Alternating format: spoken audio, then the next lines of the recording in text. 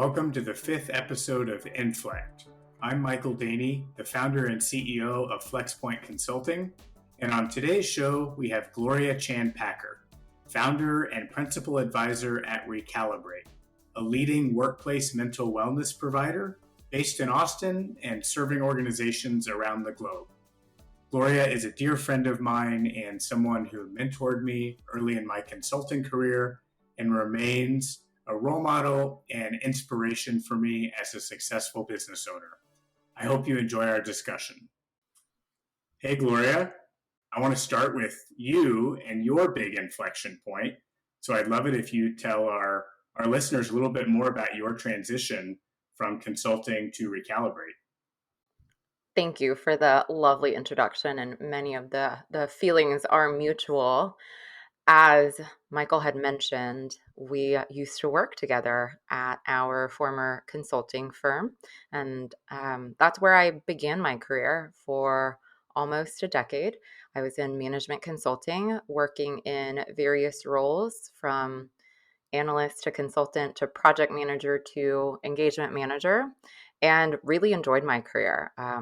Consulting fit me so well for so much of that time because it was challenging and there was a lot of variety, and you got to work with a lot of smart, interesting people on the consulting and the client side, and it just felt very fulfilling and impactful. I really enjoyed my consulting career and feel lucky to have worked for a firm that I not only really enjoyed but met a lot of people who have become lifelong friends, just like you, Michael. So that's where I began my career. My big inflection point was really in my shift from consulting to my current work in founding and opening up Recalibrate, which, as Michael mentioned, is a workplace mental wellness provider. So it's a pretty big departure, I feel like. And I always joke with clients that before I was an expert in mental wellness, I was an expert in stress because consulting is so challenging and stressful, right? But stress, I think, is maybe one of the underlying springboards for where my inflection point came from. In late 2017, I started struggling with migraines that I had never really struggled with before. They became really chronic and really aggressive and really non-responsive to kind of traditional medication. I remember that my wonderful neurologist at the time had suggested that I try out this new thing called mindfulness. And I mean, I was just kind of a skeptical butthead about it. And I was like, I don't have time for that. And it really wasn't until push came to shove where I realized like my body was breaking down and I didn't have any other options. And I had to decide to take some time away from work because what I was doing was not working. And it was during that period that I experienced a lot of, transformation, but it was again kind of forced because what I was doing wasn't working. And I learned so much about my own relationship with stress and the ways that it was not healthy.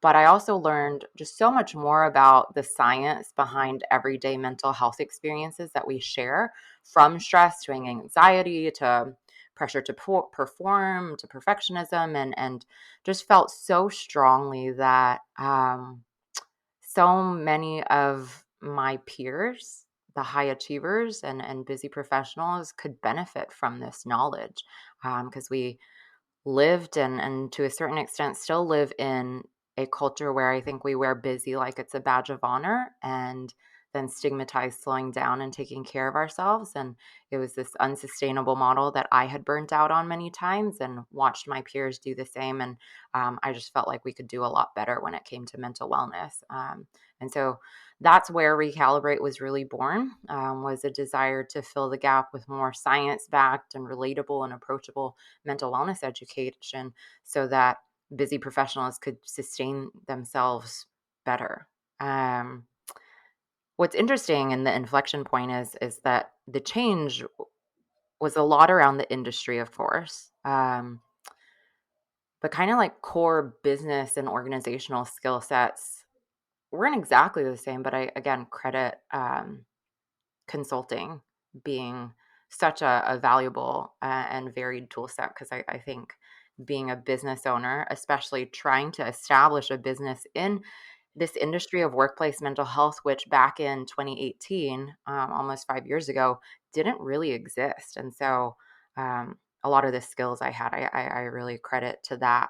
Um, the, the probably less obvious change with that career switch was maybe something a little bit, I guess, more implicit, in that I feel like I had to continue keeping myself accountable to how I was valuing and approaching kind of my work-life balance, if you will. And it's kind of it's a constant test. It's interesting because I think a lot of people who knew me in my previous career, they would like meet up with me after I opened Recalibrate. They're like, "Oh my gosh, are you just like not stressed at all?" And Michael, you know this, starting your own firm. It's like, no, like I couldn't be more stressed. Like Yeah. such a valuable journey, but also some days you're just like, oh my gosh, this is so much. And so it really is kind of a constant test for me, because um, I started Recalibrate not only to hopefully make an impact in this gap that I saw, but also for myself personally. I wanted to pursue a way to kind of design my life in a way that my career was fulfilling and could provide me with a comfortable living, but at the same time gave me more flexibility and freedom in life as the years wore on. Um, but again, when you're leading and creating a business in a new industry, that meant that was and is still kind of a constant test of that, and forces me to always kind of practice what I preach around burnout and boundaries. And I have so many ways that I feel like I'm tested around that, that has held me accountable, I think, again, to my original intent, but also my continued growth. And I think it helps kind of enrich the work that I get to do with clients too, because I have that like lived perspective of, do these wellness tools and tips actually work when life is stressful or not? And I think that kind of helps differentiate what we do in our wellness education too. It's not just like standard stuff. It's stuff that we really like, we're putting the what's the saying? Putting the test to the fire, burner to the fire. I don't know. I Yeah. don't know the I don't real know. I thing. was thinking like money where our mouth is, but that's not right. Or yeah, I get it. There's It's you're walking something, the walk. How about that? Yeah. yeah, something like that. Um, I think what's so interesting, and the part of the reason I wanted you to come join the podcast today is the tagline for Inflect is that we talk about inflection points in careers, personal lives, or organizations. And for you, it was kind of all three at once. Like you spoke about the certainly starting Recalibrate, it's like the origin of a new organization. It was a career pivot. And I think when you talk about the self accountability and walking the walk and all that, a bit of a personal inflection point as well. So I think I appreciate you walking through that because I think it's so impactful and impressive as you navigated that. I guess one question that came to mind as you were talking is you mentioned the migraines that were Mhm. kind of your I don't know, flashing red lights, if you will, of like something's wrong. Yeah. What other symptoms or signs should folks in our organization, our clients' organizations, think about that maybe might go unnoticed as folks are managing stress and challenges inside and outside of work? Yeah.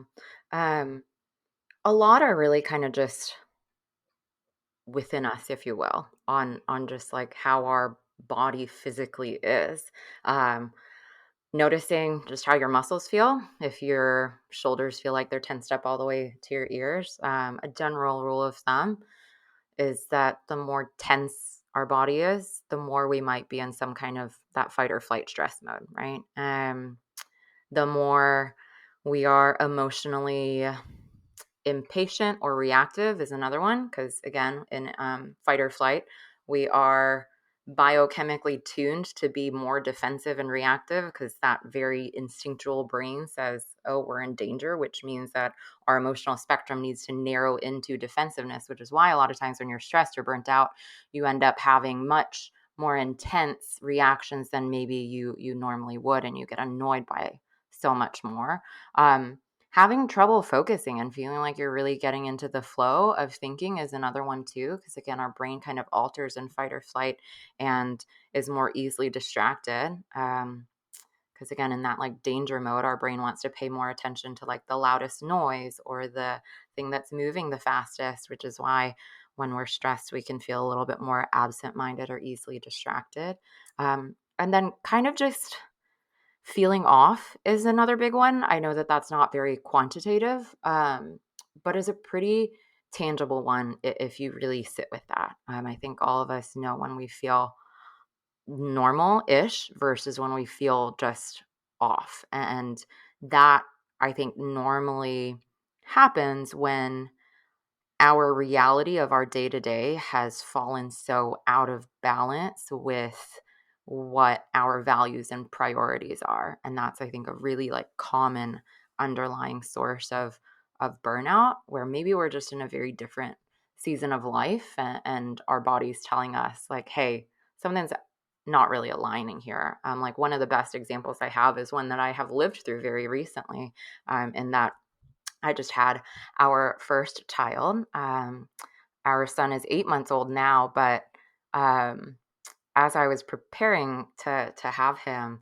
I like had set up um, what I thought at the time was like a very effective structure of how I would take maternity leave and then come back from maternity leave with reduced hours that would like scale up over a timeline. I would have coverage from the team. I would have childcare coverage, and I felt very lucky to be able to have all these resources and this like ability to design it. And I I just thought it would work. And for any of your listeners who are parents, they're probably like able to chuckle with me in that, like, anticipating what the challenges of having a child will be are very different than actually living through that. And as I came back to work, like it it was working okay, but it was not working great because I was exhausted and tired and overwhelmed a lot. But I was so subconsciously, I think, hell bent on like, no, I designed all of these so intentionally. Like, they have to work. I'm not burnt out. This has to work. I like designed this to not burn out. And it took me a few months to realize that I was just in a very different season of life. And the way I had designed my life just wasn't aligning to that. And yeah, I feel like I went off on a little tangent, but I would wrap by just highlighting that I think with stress and burnout in this wellness conversation, I don't think that the end goal should be to eradicate stress and burnout completely, because that's just not possible. It's a very human and important biological reflex. I think the goal really should be just to rein stress and burnout in a little bit to where we have a healthier and more sustainable relationship with it and more tools to be able to flag it and do something about it when it's not healthy. Yeah, absolutely. Well said. You used a phrase in there too, designing your life, which is a great book you recommended to me a few years ago, and I think is very relevant to this conversation, around thinking about not just is my job stressful and is my job fulfilling, but what are all the other components of my life and how do those things play together in a way that supports or detracts from one's mental health. And you also talked about tools in your toolkit, which I think is where Recalibrate comes in. I'd love it if you could just share a little bit more about some of the services that you provide your clients to help their employees. Sure. So we're a workplace mental wellness provider that focuses on trying to deliver a more science-backed, actionable, realistic approach to mental wellness education for busy professionals specifically. We've worked with client organizations, big and small, across all different industries all over the world at this point. And our services fit into categories of kind of mental wellness education, events, and consulting. The bulk of our work right now is around education and events, which can be anything that is completely turnkey to completely curated. And so we offer keynotes and speaking that are more on that curated side. But then we also offer kind of turnkey wellness education and event programs that can be executed monthly, bi-monthly, quarterly, that follow a series around fundamental mental wellness learning in the workplace across topics of stress and burnout, and then emotions, conflict and difficult conversations, relationships and deepening those relationships, bias, seasonal topics around like Mental Health Awareness Month, but also the holidays and how our mental wellness is challenged during the holidays, whether just personally or specific to our industry or a little bit of both. And so we offer those learning programs both in the form of live events, virtual and in person, but also asynchronously in the form of kind of a professionally produced masterclass series that can be on its own or an add-on that our clients have really enjoyed too. In addition to our education events, we also offer consulting services that will look more like curated partnerships, creating strategy or interweaving more mental wellness into strategy and translating that into policies and programming. Yeah, and I think one of the things you and I've talked about as you were embarking on the Recalibrate journey, and certainly as you've grown it over the last several years, is I think for a long time, for most of history, if an employee was struggling with their mental health, their employer was taking little to no responsibility to help with that. It's kind of Mm-hmm. like, good luck, you're on your own. Mm-hmm. There's been kind of a shift where not all, but many employers are embracing, I think, that opportunity to help support their employees more. And so I know you work both with individuals and with the organizations, but I think seeing that increased openness to make investments on behalf of their employees for some of the services you and the team are providing, I think that's such a great positive step forward that I think helps organizations kind of walk the walk when they say all the warm fuzzy things about supporting their employees and building a culture and work-life balance and all that. Yeah, absolutely. And I think the other thing that kind of where we started the conversation, you joked about in your consulting career maybe being the instigator of some stress, whereas now you're helping folks manage or deal with that a little bit more. And so that's where there's an intersection between the Mm-hmm. work that you do and the work that we do.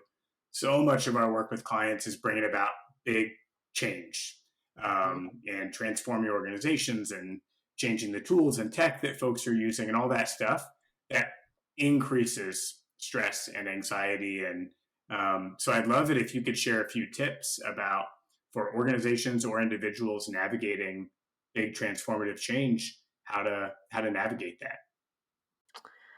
Yes, what a topic. I'll cherry pick a top three here. One that I think is probably at the top of many people's minds, hopefully, but I think never can be a reminder. The first I think is around effective communication and connection. Change is really hard, and one of the fundamental pillars that I think can make or break the difficulty of change is how connected people feel, because connection equals trust, and trust is so paramount um, to workplaces, but also just to our general mental health. We're just wired for human trust, because the more we can trust the humans around us, the more we're set up to be able to work together to resource ourselves and to thrive. And so it's just key wired into us. Creating an effective communication plan, right? Something that probably I would imagine FlexPoint helps clients do around that change management piece is so critical. And is something, again, like you said, really overlaps between my consulting work formerly as well as our work with clients now. But really being able to set clear expectations, I think, can be so helpful. Um, Communicating that in some kind of change plan, and I recognize, right, that it can be really hard to communicate change because so much is undefined. But I always try to encourage clients to break the unknown into milestones of either what is known or how you're going to go about charting out the known, so that people can at least distill this big, scary, nebulous cloud into, okay, we just have to make it to this point and this point and this point, and that makes it so much less scary inherently and so much less difficult. I think structuring time for connection too is important, whether that's just regular one-on-ones, huddles, um, or a way to consistently keep a pulse on the people within the organization. I know, especially remote working and virtually, like one great way is to utilize all of these um, virtual polling methodologies or virtual surveys, where you can just get a quick pulse check of how people are doing, and see that um, in a measurable way. Beyond connection and communication, another tip or tool that I think is really important is how we are emotionally equipping our people, by just kind of normalizing the difficult emotion in change and then giving our people the education and tools to process those difficult emotions. Because a lot of times what we see in change is just like a lot of unpleasant, panicky emotions that wreak havoc with within the organization and within the goals of the organization. And so one thing is just being able to educate employees on why change is going to feel so hard. And we do a lot of that, right? Talking about the science of emotion and the science behind why uncertainty is just not something that our brains like, so that they can contextualize what they feel and know that that is normal. That's so important, right? Because otherwise, a lot of times what we do is, oh, I'm feeling an unpleasant emotion. It's negative. This must be because of my company. And then you kind of blame it on the company and your job instead of just understanding that change happens with life. And biologically speaking, it just doesn't feel good. And so this is normal and to be expected most of the time. Then I think providing tools and process around, okay, what do we do with this emotion? How do I find ways to stay regulated in my emotion? How do I determine what to take action on and how to do that? What are frameworks I can use to have conversations about this in the workplace in a regulated and professional and productive way?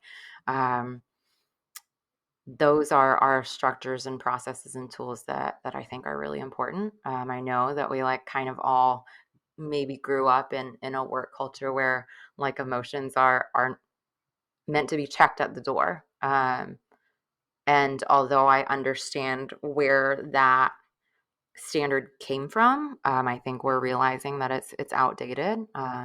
Because especially I think in the last few years, we've realized that emotions are the lifeblood of whether an organization is doing well or not. Because on the positive end, right?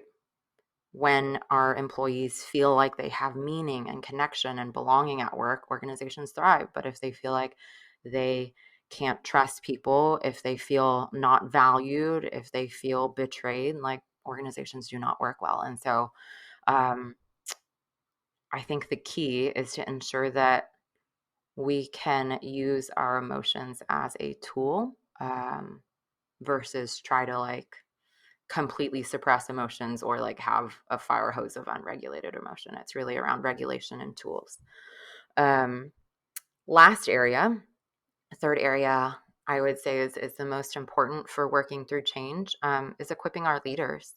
I think a lot of times when you see change happen, like what happens is that the executive leaders communicate it to our middle managers or the rest of our leaders, and like we talk through some plans and some communication, but then we're just like, go tell your people. And that can really leave a lot up to interpretation, but it also I think leaves a lot of inconsistency based on each individual leader's ability to handle change and to be a strong, really kind of people leader. And so I think it's really important to try to standardize tools as much as possible, um, to accommodate for the different gaps in soft skills around leaders, which I think is, again, a burgeoning area for companies. I think we've like really focused on technical skills so much recently, that we've maybe overlooked the importance of soft skills too, um, which is understandable. But when it comes to things like change, right, it's so important, I think, to equip our leaders with tools like remembering that if a team member brings you something as a leader and you don't know the answer, that you can buy time before responding. Don't just like make up an answer on the spot. I think, again, understandable, but as leaders, when someone brings something to you and you're like, I don't know the answer, sometimes like an insecure trigger can come up and you find yourself either swinging into like over promising and saying yes, or over discouraging and shutting things down. And we really want to remember as leaders that we have the ability to buy some time before you respond, to be able to be like, thank you for bringing this to me. Give me some time to think through it and get back to you. Or even ask around the time urgency too, right? Help me understand how urgent this is, which is huge, I think, for people feeling heard and also for retention opportunities too. Like, is this an issue where you're going to quit next week if we don't figure it out? Or is this something that you can give us a little bit of time on? Orienting around like really distilling out needs and what the impact is if the need isn't met, and thinking through solutions, I think, is also important when it comes to change and the hard emotion. I think we can feel like we get lost in the intangible of it all, and the more we can distill it into tangible need, impact, and solution can be helpful for all of us, individually and organizationally too. So I think as much as possible, kind of structuring some different processes and tools that can really empower and equip our leaders through the change, to level set the playing field for how those leaders communicate and deal with the change is so important too. Because I always think about like this saying that's, like, people don't quit their jobs, they quit their bosses. I think that's unfortunately pretty true. A very hard challenge, but I think that if we are really focusing around connection and communication, educational awareness and tools, as well as just empowering our leaders, that we can, get through tough times of change a little bit better. I love those pearls of wisdom. I think they all, from the communication and engagement and education and equipping leaders, they all resonate with me, because the stat that's always cited about the kinds of projects we do is that 3 out of 4 big transformation projects fail.